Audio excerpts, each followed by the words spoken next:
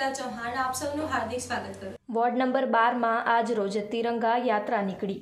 દેશના સર્વાધિક લોકપ્રિય પ્રધાનમંત્રી શ્રી નરેન્દ્રભાઈ મોદીના સ્વપ્નને સાકાર કરવા ભારતીય જનતા પાર્ટી વડોદરાના યશસ્વી અધ્યક્ષ ડૉક્ટર જયપ્રકાશભાઈ સોનીજીના નેતૃત્વ હેઠળ 15મી ઓગસ્ટ સ્વતંત્રતા પર્વના ઉપલક્ષ્યમાં હર ઘર તિરંગા અભિયાન અંતર્ગત તિરંગા યાત્રા મુજમહુડાથી નીકળી, જેમાં ભારતીય જનતા પાર્ટીના પ્રમુખ ડૉક્ટર જયપ્રકાશ સોની, સત્યમભાઈ ફુલાકર, વડોદરા શહેરના મહામંત્રી, ભારતીય જનતા પાર્ટીના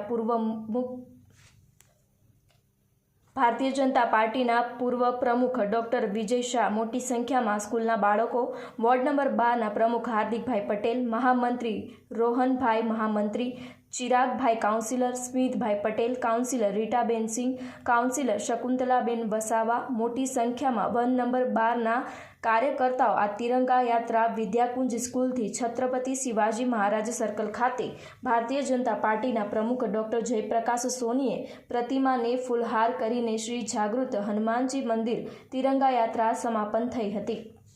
reporter Rahul Rajput, YNN news, Vadodara.